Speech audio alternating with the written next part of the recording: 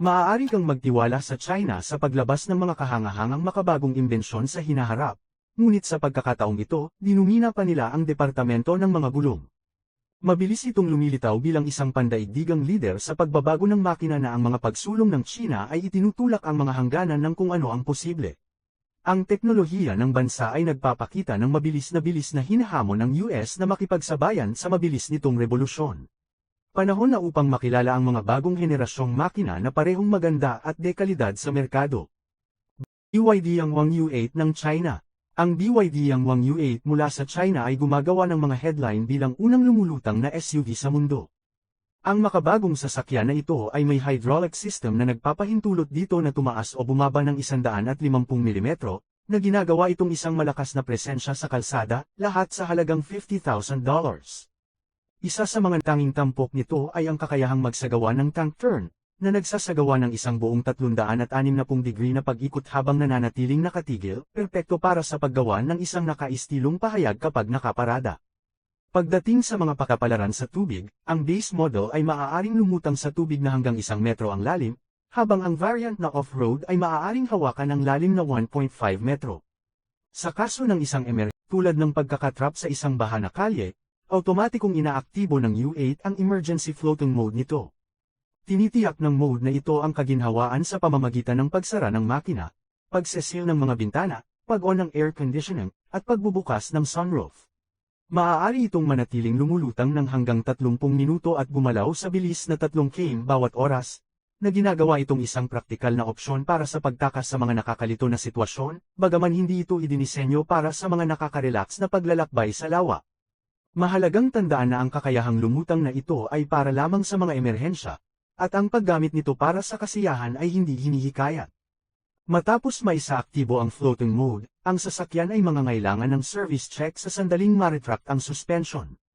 Ang U8 ay nagtatakda ng isang bagong pamantayan para sa mga SUV, na pinagsasama ang pinakabagong teknolohiya, kaligtasan, at kakayahang umangkop sa isang paraan na maaaring muling tukuyin ang off-roading at nabigasyon ng tubig, bagaman pangunahin sa mga sitwasyon ng emerhensya.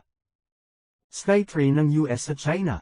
Nag-anunsyo ang China ng isang kapana-panabik na pagbabago, ang unang walang taong aerial train. Habang hindi ito lumilipad sa kalangitan tulad ng isang tradisyonal na jet, ang disenyo nito ay hindi may kakailan na futuristic. Ang Skytrain na ito ay gumagana sa isang monorail na sumasaklaw sa isang kahangahangang 10.5 kilometro. Naglalakbay sa bilis na 60 kilometro bawat oras, maaari itong magkasya ng hanggang 200 pasahero sa isang pagkakataon, na halos ginagawa ang parehong tungkulin bilang isang maginoo na tren na lamang na nakataas sa lupa. Kapansin-pansin, ang construction ng monorail na ito ay tumagal lamang ng 7 buwan. Iyon ay ang parehong tagal ng panahon na karaniwang kinakailangan upang maglatag ng mga karaniwang track ng tren, ngunit ang opsyong ito ay nag-aalok ng mas mataas na kapasidad, mas kaunting aksidente, at maihahambing na gastos. Ito ay isang malinaw na panalo-panalo na sitwasyon. Ang mas nakakaakit pa ay ang Skytrain ay hindi lamang isang bagong laruan. Mayroon itong potensyal na baguhin ang transportasyon sa lungsod.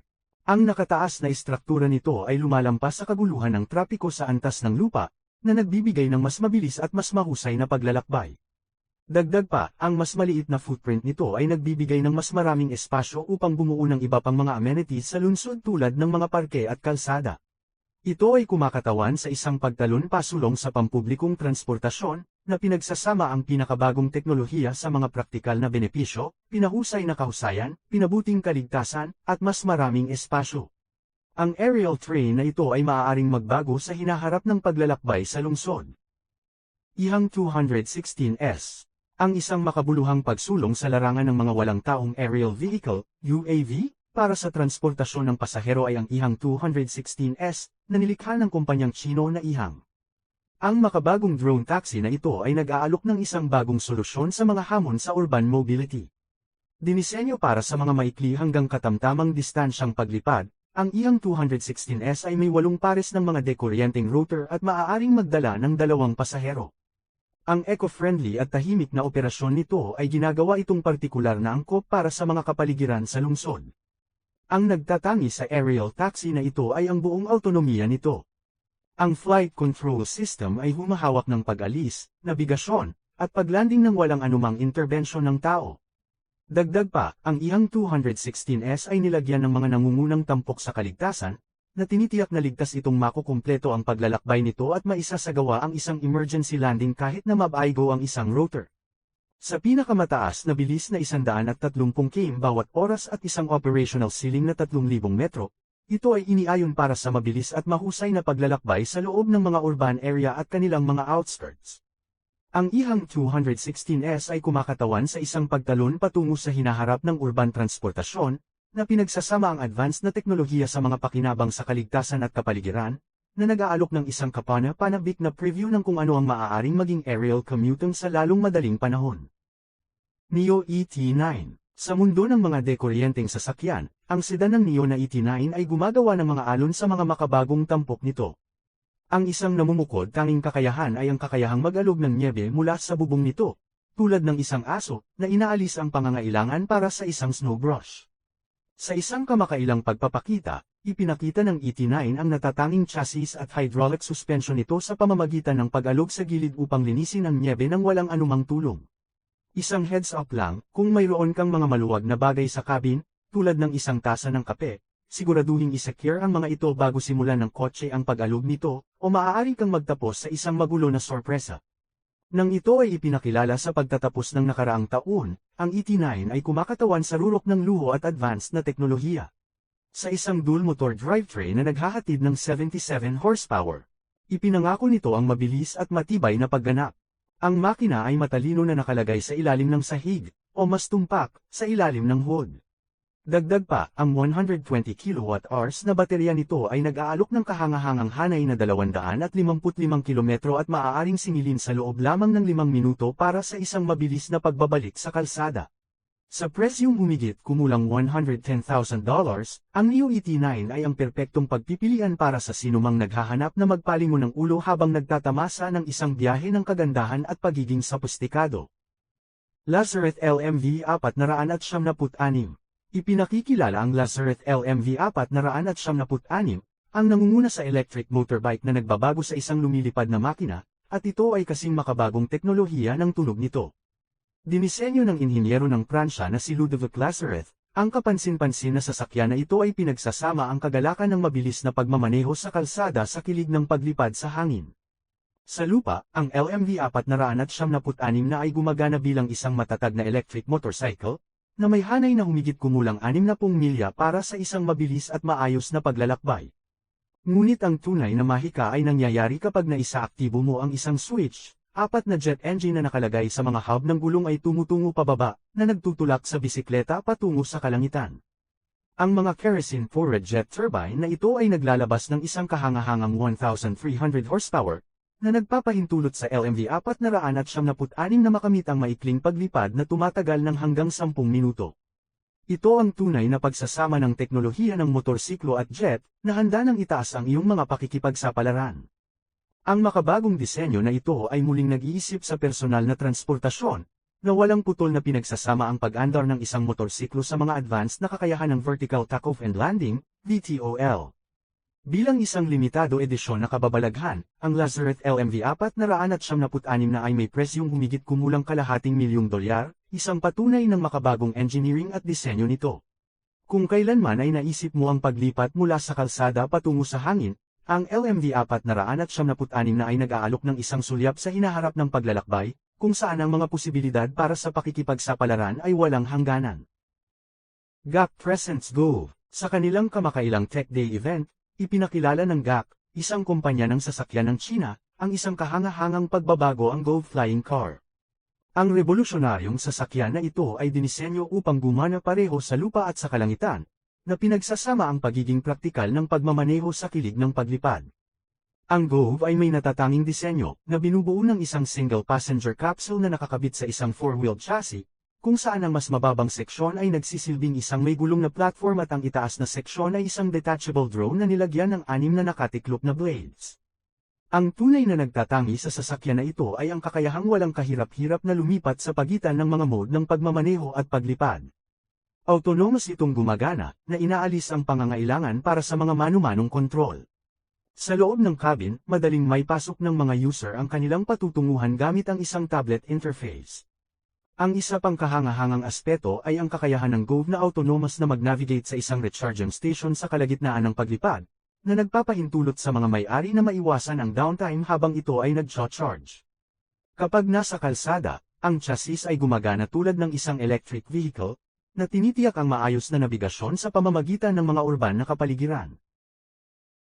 The Flyer. Maghanda ka, mga mahilig sa kilig, dumating na ang Flyer, na handang itaas ang iyong personal na karanasan sa paglalakbay, literal. Ang makabagong Electric Vertical Takeoff and Landing, F2, aircraft na ito ay binabago ang paraan ng pag-navigate natin sa ating mga lungsod, na nagpapahintulot sa iyo na lumipad sa itaas ng gridlock at dumiretso sa iyong patutunguhan. Habang ang mga regulasyon para sa personal na FTOL ay patuloy na umuunlad, ang Flyer ay nag-aalok ng isang nakakaakit na sulyap sa hinaharap ng transportasyon sa lungsod, kung saan ang mga trapikong problema ay magiging isang bagay na nakaraan. Isipin ang iyong sarili na lumilipad sa ibabaw ng mga nakamamanghang tanawin ng lungsod, na walang kahirap-hirap na lumalampas sa nakakainis na mga trapikong jam, at lumalapag ng eksakto kung saan mo gustong mapunta. Ang Flyer ay nilagyan ng mga pinakabagong tampok sa kaligtasan at mga madaling gamiting kontrol, na ginagawa itong maa-access kahit para sa mga unang beses na lumilipad. Hindi ito isang pantasya, ito ang simula ng isang bagong panahon sa personal na kadaliang kumilos, na nangangako ng walang kapantay na kalayaan at kilig. Robo-taxi. Ang Zoox, isang subsidiary ng Amazon, ay nag-anunsyo ng isang revolusyonaryong autonomous robo-taxi na naglalayong baguhin ang transportasyon sa lungsod para sa mga serbisyo sa ride-hailing. Ang dekuryenteng sasakyan na ito ay may natatanging simetriko na disenyo, na nagpapahintulot dito na maglakbay sa alinmang direksyon ng hindi na kailangang lumingon. Ang makabagong disenyo na ito ay nagpapahintulot dito na mag-navigate sa mga masikip na kalye ng lungsod na may kapansin-pansin na liksi, na ginagawa itong perpekto para sa mga urban na setting kung saan ang espasyo ay limitado. Sa loob, ang cabin ay maluwang, na nagkakasya ng hanggang 4 na pasahero sa isang komportableng face-to-face na pag-aayos, na nagtataguyod ng isang mas panlipunan at kasiya siyang karanasan kumpara sa mga maginoon na taxi. Ang bidirectional na kakayahan ng sasakyan ay tinitiyak na pinapanatili nito ang 360 degrees na kamalayan para sa ligtas na nabigasyon, na nagbibigay sa mga pasahero ng kumpiyansa sa kanilang paglalakbay. Nilagyan ng isang advanced na hanay ng mga sensor, kabilang ang lidar, camera, at radar, ang sasakyan ay may natatanging kamalayan sa sitwasyon at mga tampok sa kaligtasan upang harapin ang anumang sitwasyon sa pagmamaneho. Gamit ang isang malakas na baterya, ang robotaxi ng Zoox ay maaaring makamit ang bilis na hanggang 75 miles per hour at gumana ng hanggang 16 na oras sa isang solong singil, na ginagawa itong isang mahusay na pagpipilian para sa paglalakbay sa lungsod. Bagaman ang eksaktong mga detalye ng presyo ay hindi isiniwalat, ang Zoox ay nakatuon sa paglikha ng isang autonomous ride-hailing service sa halip na pagbebenta ng mga individual na sasakyan. Raptor. Ang Roidtech, isang kumpanya ng Hapon, ay nagpakilala lamang ng Raptor, isang kapansin-pansin na three-wheeled mobility platform na nakakakuha ng atensyon.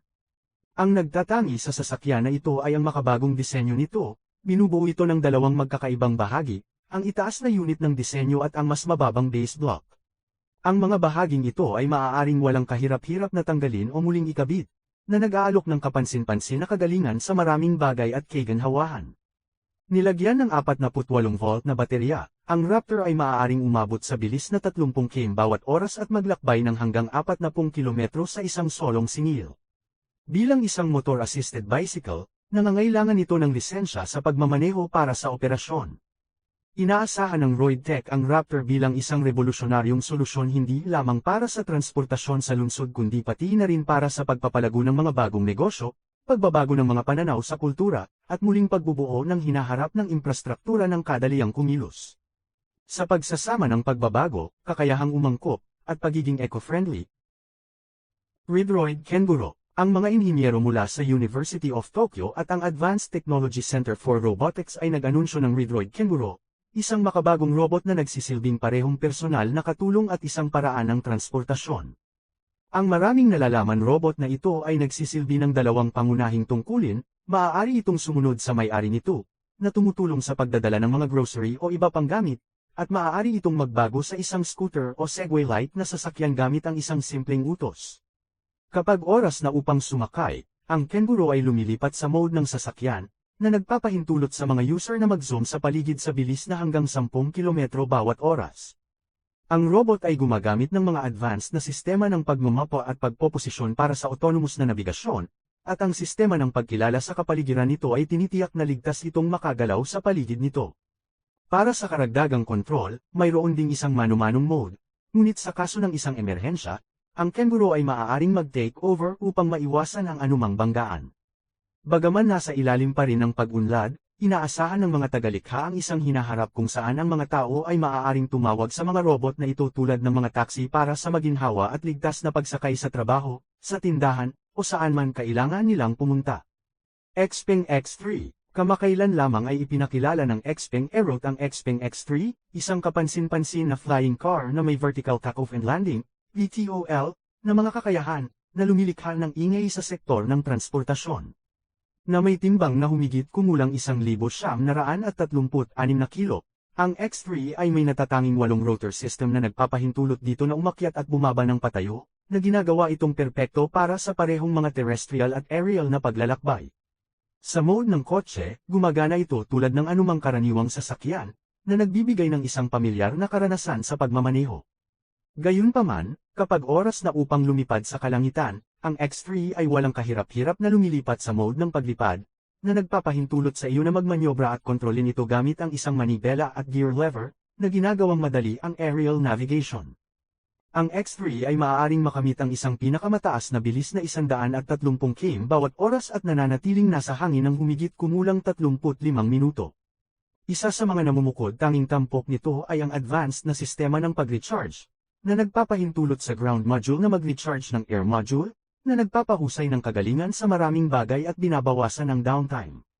Sa mga opsyon para sa parehong manu-manong at automatikong kontrol, ang X3 ay madaling umaangkop sa iba't ibang mga sitwasyon.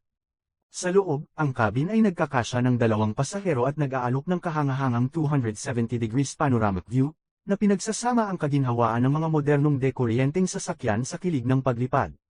Ang Xpeng X3 ay muling tinukoy ang konsepto ng mga lumilipad na kotse, na pinagsasama ang mataas na pagganap, pinakabagong teknolohiya, at praktikal na paggamit sa isang kapana-panabik na karanasan sa aerial. Jump Aero JA1. Ang Jump Aero JA1 ay handang baguhin ang emergency response at personal na paglalakbay sa hangin gamit ang makinis na aesthetics at pinakabagong teknolohiya nito. Ang Electric Vertical Takeoff and Landing (EVTOL) aircraft na ito ay dinisenyo para sa bilis at kahusayan, na tinitiyak na maabot mo ang mga kritikal na sitwasyon ng mas mabilis kaysa dati. Kung tumutugon sa isang emerhensya o gumagawa ng isang mabilis na paglalakbay, ang compact aircraft na ito ay gumagamit ng pinakabagong electric propulsion para sa isang maayos, tahimik, at walang emisayon na paglipad. Ito ay perpekto para sa mga abalang urban na kapaligiran o mga liblib na lugar kung saan ang mga tradisyonal na sasakyan ay maaaring maharap sa mga hamon.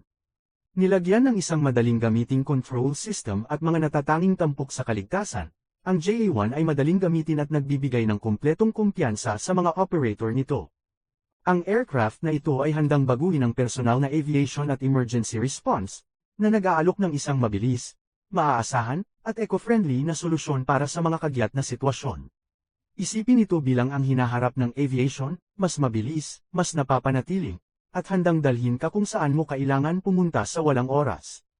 Shane Electric Concept Car. Tatalakayin natin ang Shane, isang makabagong electric concept vehicle na binuo ni Shane Chen, ang tagalikha ng orihinal na hoverboard. Ang advanced na two-wheeled electric car na ito ay maaaring mukhang laruan sa unang tingin, ngunit ito ay dinisenyo upang komportableng magkasya ng 5 matatanda. Ang interior ay nagpapaalala sa sensasyon ng paghahanda para sa isang futuristic na roller coaster ride, na may disenyo na nagpapakita ng pinakabagong aesthetics. Ang mga gulong ng Shane ay dinisenyo upang automatikong ayusin, na tinitiyak na ang sasakyan ay mananatiling perpektong balanse habang ito ay bumibilis. Ang matalinong disenyo na ito ay nagpapahintulot sa ligtas na paglalakbay sa mataas na bilis. Ang katatagan ng sasakyan ay nakakamit sa pamamagitan ng isang lumilipat na sentro ng grabidad, na sumasalungat sa mga puwersang nabuo sa panahon ng pagbilis at pagpepreno. Dahil dito, ang Shane ay nagbibigay ng parehong antas ng katatagan at kaligtasan bilang isang maginuo na four-wheeled automobile, bagaman may natatanging twist. Ang pangitain ni Chen ay pinagsasama ang kilig ng isang high-speed futuristic na karanasan sa mga mahahalagang tampok sa kaligtasan at katatagan, na nag-aalok ng isang pambihirang electric vehicle journey. Toyota Concept iWalk. Isa sa mga pinakamakabagong AI-driven vehicle ng Toyota, ang Concept iWalk, ay nakakakuha ng atensyon bilang isang natatangi at praktikal na solusyon para sa pagtawid sa mga lugar ng pedestrian. Ang three-wheeled apparatus na ito ay partikular na dinisenyo para sa maikling distansyang paglalakbay sa lungsod. Nilagyan ng electric motor, maaari itong makamit ang hanay na hanggang 20 kilometro, na ginagawa itong partikular na angkop para sa mabilis na paglalakbay sa lungsod. Sa kaibahan sa isang hoverboard, ang iWalk ay nagsasama ng 3 gulong at gumagamit ng isang joystick para sa nabigasyon, na makabuluhang binabawasan ang antas ng kasanayan na kinakailangan para sa operasyon. Ang disenyo na ito ay nagpapahintulot kahit sa mga matatanda na madaling magmanyobra sa makabagong sasakyan na ito. Habang tumataas ang bilis ng iWalk, dinamiko nitong inaayos ang wheelbase nito sa pamamagitan ng pag-extend at pagpapalawak, sa gayon ay pinahuhusay ang katatagan at tinitiyak ang isang komportableng pagsakay. Ang sasakyan ay nag-aalok ng hanay ng distansya na 10 hanggang 20 kilometro sa isang solong singil, at ang joystick nito ay kinumplito ng isang spherical display para sa pakikipag-ugnayan ng user sa AI system nito. Ang pagsasama ng teknolohiya ng AI ay nagpapahintulot sa sasakyan na gumana ng autonomous, na nagbibigay sa mga user ng isang karagdagang layer ng kaganhawahan. Kung naglalakbay man sa pamamagitan ng mga abalang kalye ng lungsod o nagmamanyobra sa mga masikip na espasyo, ang iWalk ay nagpapakita ng hinaharap ng personal na kadaliang kumilos, na naghahatid ng isang ligtas, walang kahirap-hirap, at teknolohikal na advanced na karanasan sa transportasyon. Honda Moto Compacto. Ang Honda ay nasa harapan ng pagbabago sa transportasyon sa paglulunsad ng Honda Moto Compacto, isang modernong muling interpretasyon ng klasikong gas-powered scooter nito na inilunsad halos 4 na dekada na ang nakalilipas.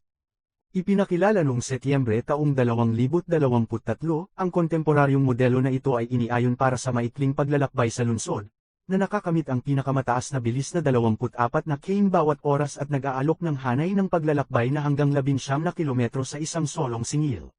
Na may timbang na 18.7 na kilo lamang, ito ay dinisenyo upang maging compact at madaling dalhin. Ang Moto Compacto ay nangangailangan ng tagal ng pag-charge na 3.5 oras, na nagpapahusay sa pagiging praktikal nito para sa pang-araw-araw na paggamit. Maaaring maranasan ng mga user ang pinahusay na kapangyarihan, na may simpleng kontrol na pinadali ng isang pindutan na matatagpuan sa ilalim ng display na nagpapahintulot sa paglipat sa pagitan ng mga setting ng bilis, ang unang mode na may takip sa 16 na kilometro bawat oras. Sa presyong $1,000, ang scooter na ito ay hindi inilaan para sa mga mabibigat na aplikasyon. Sa halip, nagbibigay ito ng isang masaya at nakakaakit sa paningin na paraan ng transportasyon sa lungsod. Perpekto para sa mga gawain o nakaka-relax na paglalakbay sa parke, ang Honda Moto Compacto ay nag-aalok ng isang nakakangganyo at nakaistilong solusyon para sa mga naghahanap ng isang mahusay na paraan upang mag-navigate sa kanilang mga kapitbahayan, sa Yamaha Motoroid. Ang Yamaha Motoroid ay kumakatawan sa isang makabagong pagsulong sa disenyo ng motorsiklo, na nailalarawan sa kakayahang makilala ang rider nito, tumugon sa mga pisikal na kilos, panatilihin ang balanse ng autonomous, ay parada ang sarili, at makisali sa di-verbal na komunikasyon. Ang makabagong konseptong motorsiklo na ito ay nagsasama ng artificial intelligence, mga mekanismo ng self-stabilizing, at haptic feedback, na nagtataguyod ng isang bagong pakikipag-ugnayan sa pagitan ng rider at ng sasakyan. Higit pa sa isang paraan lamang ng transportasyon, ang Yamaha Motoroid ay gumagana bilang isang interactive na kasama. Mayroon itong mga kakayahan sa pagkilala sa mukha, maaaring subaybayan ang mga paggalaw ng rider, at tumutugon sa mga verbal na utos, sa gayon ay pinahuhusay ang personal at futuristic na kalikasan ng karanasan sa pagsakay. Dagdag pa, ang motorsiklo ay nilagyan upang mag-project ng mahahalagang impormasyon sa field of vision ng rider, na nagpapahintulot sa walang abala na pagtuon sa kalsada sa unahan. Sa pamamagitan ng pinakabagong teknolohiya nito, binabago ng Motoroid ang maginoo na pag-unawa sa mga motorsiklo, na nagpapaunlad sa kanila sa mga matalinong, nakakanganyong entity. Honda Uni-1. Ipinakilala ng Honda ang isang advanced na karanasan sa kadaliang kumilos na nagpapakinabang sa extended reality, na talagang binabago ang ating pakikipag-ugnayan sa mga sasakyan. Ang pinakabagong sistema na ito ay nagsasama ng parehong augmented at virtual reality upang magtatag ng isang nakakanganyong kapaligiran sa pagmamaneho, na pinahuhusay ang karanasan ng pag-navigate sa mga urban na kapaligiran. Isipin ang pagpapatakbo ng isang sasakyan gamit ang mga real-time na augmented reality display sa iyong windshield, na nag-iilaw sa mga punto ng interes, nagbibigay ng mga update sa trapiko, at marami pa, habang ikaw ay naglalakbay sa lungsod. Gayunpaman, ang karanasan ng Honda ay umaabot sa higit pa sa simpleng nabigasyon. Kasama sa sistema ang mga virtual reality training simulation na idinisenyo para sa mga baguhang driver, na nagpapahintulot sa kanila na pagbutihin ang kanilang mga kasanayan sa iba't ibang mga sitwasyon sa pagmamaneho. Dagdag pa, ang mga pasahero ay maaaring makibahagi sa interactive na libangan, na nagbabago sa sasakyan sa isang masiglang espasyo para sa mga virtual na paggalugad, laro, at iba pang aktibidad. Higit pa sa mga elemento ng kasiyahan at kaginhawahan, ang sistema ng Honda ay nagbibigay prioridad sa kaligtasan sa pamamagitan ng sopistikadong mga teknolohiya ng driver assistance. Hydrofoil jet ski flyway. Ang inhinyero ng Slovenia na si David Vukovic ay nag-anunsyo ng isang makabagong watercraft na kilala bilang hydrofoil jet ski flyway. Ang electric jet ski na ito ay nagsasama ng pinakabagong teknolohiya at isang bagong disenyo, na nagpapahintulot dito na walang kahirap-hirap na lumipad sa ibabaw ng tubig. May kakayahang makamit ang bilis na hanggang 88 kilometro bawat oras at masakop ang distansya na hanggang 100 kilometro sa isang solong singil. Ang flyway ay perpektong angkop para sa mga naghahanap ng kilig at pakikipagsapalaran. Ang nagtatangi sa flyway ay ang pagsasama nito ng hydrofoils, na makabuluhang binabawasan ang paglaban ng tubig. Ang tampok na ito ay hindi lamang nagpapahusay ng bilis at hanay kundi tinitiyak din ng isang mas maayos at mas kasiyasyang karanasan sa pagsakay. Ang sasakyan ay nilagyan ng isang madaling gamiting control system, na nagpapahintulot sa mga operator na mag-navigate ng madali, kahit sa mga mataas na bilis. Sa pagtuon sa pagpapanatili ng kapaligiran, ang flyway ay gumagana ng halos tahimik at hindi naglalabas ng mga nakakapinsalang polusyon. InMotion V14. Ang pagdating ng mga e-bike at e-scooter ay makabuluhang binago ang tanawin ng paglalakbay, na nagbibigay ng mga alternatibong friendly sa kapaligiran sa mga maginoo na paraan ng transportasyon. Gayunpaman, para sa mga nakikita ang dalawang gulong na labis, ang InMotion V14 Unicycle ay nagtatanghal ng isang makabagong solusyon. Ang kapansin-pansin na single-wheeled device na ito ay maaaring makamit ang bilis na hanggang 110 km bawat oras at lupigin ang mga pagkahilig na hanggang 50 degrees, na ginagawa itong angkop para sa iba't ibang mga lupain, kabilang ang graba at mga daanan ng dumi. Kumpara sa mga tradisyonal na bisikleta, ang InMotion V14 ay compact at madaling itago, na nagpapakita ng isang minimalist na pilosopiya sa personal na transportasyon habang pinapanatili ang mataas na pagganap. Ang liksi at kagalingan sa maraming bagay nito ay tumutugon sa mga rider na naghahanap ng isang nakaka-excite at mahusay na karanasan sa paglalakbay. Yakapin ang hinaharap ng transportasyon gamit ang InMotion V14, kung saan ang isang gulong ay maaaring sapat. Origo. Ang Origo ay nasa harapan ng autonomous na transportasyon, na nagbibigay ng mga makabagong solusyon na iniayon para sa iba't ibang mga sektor. Ang kanilang mga self-driving vehicle ay dinisenyo upang mapahusay ang parehong kahusayan at kaligtasan sa iba't ibang mga setting, kabilang ang mga paliparan at mga urban center.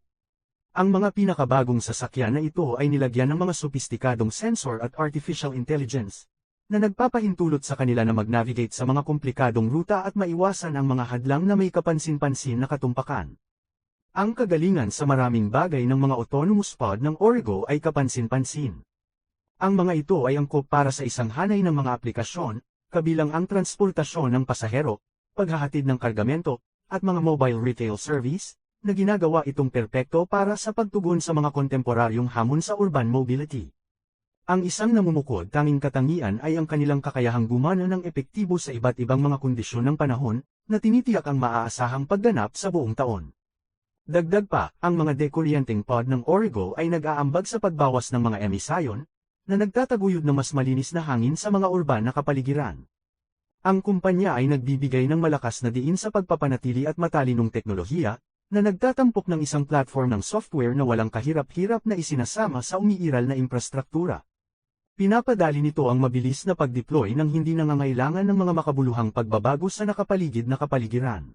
Rosenbauer RT. Ang Rosenbauer RT ay kumakatawan sa isang makabuluhang pagsulong sa teknolohiya ng paglaban sa sunog, na binuo ng kumpanyang Austrian na Rosenbauer.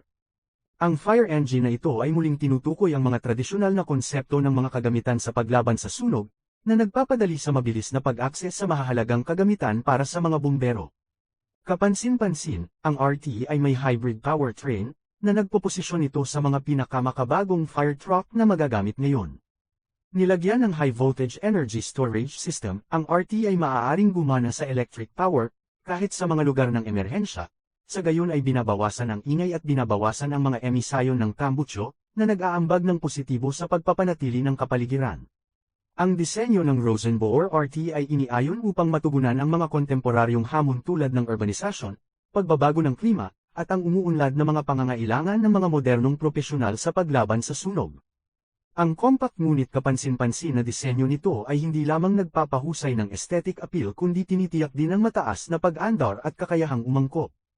Ang RT ay nagpapakita ng ebolusyon ng mga fire truck patungo sa mas mataas na kahusayan, responsibilidad sa kapaligiran, at pagiging tumutugon sa mga dynamic na pangangailangan ng mga serbisyo sa paglaban sa sunog.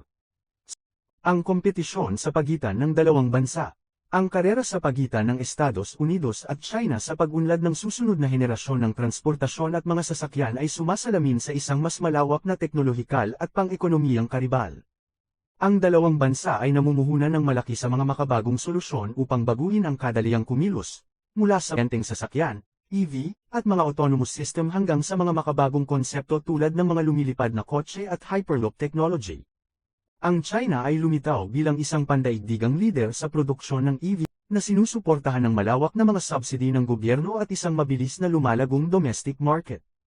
Ang mga kumpanya tulad ng BYD, NIO, at Ihang ay nagtatakda ng mga pamantayan gamit ang mga sasakyan tulad ng mga dekuryenteng SUV, drone taxi, at mga kotse na pinapagana ng hydrogen.